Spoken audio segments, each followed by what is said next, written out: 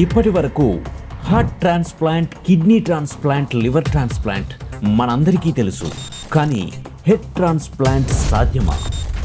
ఇది science fiction కాదు, real ప్రయత్నం. కానీ ఎందుకు సక్సెస్ కాలేదు? 1950లో కుక్క, 1970లో కోతి, 2017లో మనిషి తల ట్రాన్స్ప్లాంట్. ఈ మైండ్ బ్లోయింగ్ స్టోరీ తెలుసుకోవాలనుందా?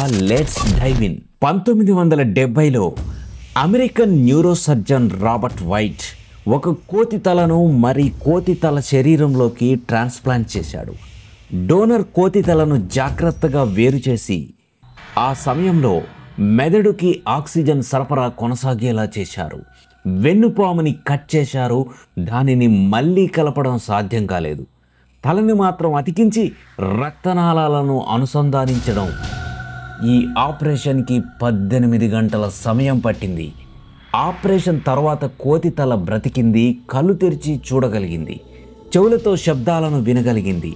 కానీ వెన్నుపాము అనుసంధానం కాకపోవడం వల్ల కోతి శరీరం పక్షవాతానికి గురైంది. అంటే కోతి తలను శరీరం తిరస్కరించి శత్రువుగా భావిస్తుంది. ఈ కోతి దాదాపు 8 రోజులు మాత్రమే బతికింది. 1970లో రాబర్ట్ వైట్ కోతి తల ట్రాన్స్ప్లాంట్ విజయవంతం కాలేదు. 1950లో సోవియట్ రష్యాకు చెందిన వ్లాదిమిర్ పెట్రోవిచ్ డెమికోవ్ కుక్క తల ట్రాన్స్ప్లాంట్ ప్రయోగం చేశాడు. డెమికోవ్ 2 కుక్కలను ఎంచుకున్నాడు. ఒక తల డోనర్గా, ఇంకొకటి శరీరం కోసం. ఒక కుక్క పిల్ల తలను శరీరం నుండి వేరు చేసి ఆ సమయంలో మెదడుకి ఆక్సిజన్ సరఫరా కొనసాగేలా చేశారు.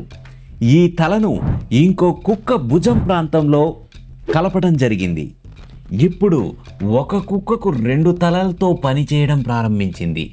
ఈ 2 తలల కుక్క కళ్ళతో చూడడం, చెవులతో వినడం, నీళ్లు త్రాగడం చేసింది. కానీ ఈ కుక్క 6 రోజులు మాత్రమే బతికింది.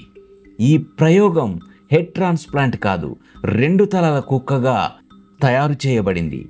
2013లో ఇటలీకి చెందిన neuro surgeon doctor Sergio Canavero HEAVEN అనే ప్రాజెక్ట్ను స్టార్ట్ చేశాడు. 2017లో మొదటి హెడ్ ట్రాన్స్ప్లాంట్ చేయబోతున్నట్టుగా అనౌన్స్మెంట్ చేశాడు. రష్యాకు చెందిన వలేరీ స్పిరిడినోవ్, ఇతను ఒక వ్యాధితో బాధపడుతున్నాడు, వెడ్డింగ్ హాఫ్మ్యాన్ డిసీజ్. దీనివల్ల అతను చక్రాల కుర్చీకే పరిమితమయ్యాడు. ఈ స్పిరిడోవ్ తన తలను ట్రాన్స్ప్లాంట్కి అంగీకరించాడు. ఆపరేషన్ టైం 36 గంటల సమయం, 150 మంది డాక్టర్లు, $10 కోట్ల. బ్రెయిన్ డెడ్ అయిన ఒక మనిషి శరీరానికి డోనర్గా ఎంపిక చేసుకున్నారు. ఏమైందో తెలియదు కానీ వలేరీ స్పిరిడినోవ్ వెనక్కి తగ్గాడు. ఈ ప్రయోగం అక్కడితో ఆగిపోయింది.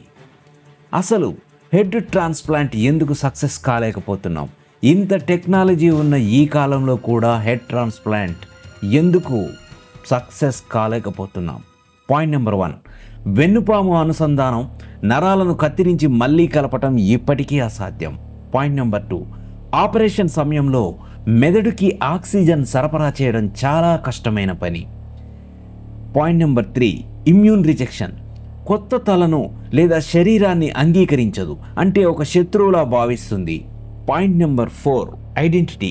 హెడ్ ట్రాన్స్ప్లాంట్ తర్వాత రోగి తన గుర్తింపును కన్ఫ్యూజ్ అయ్యే ఛాన్స్ ఉంది. నైతికత మరియు చట్టపరమైన సమస్యలున్నాయి.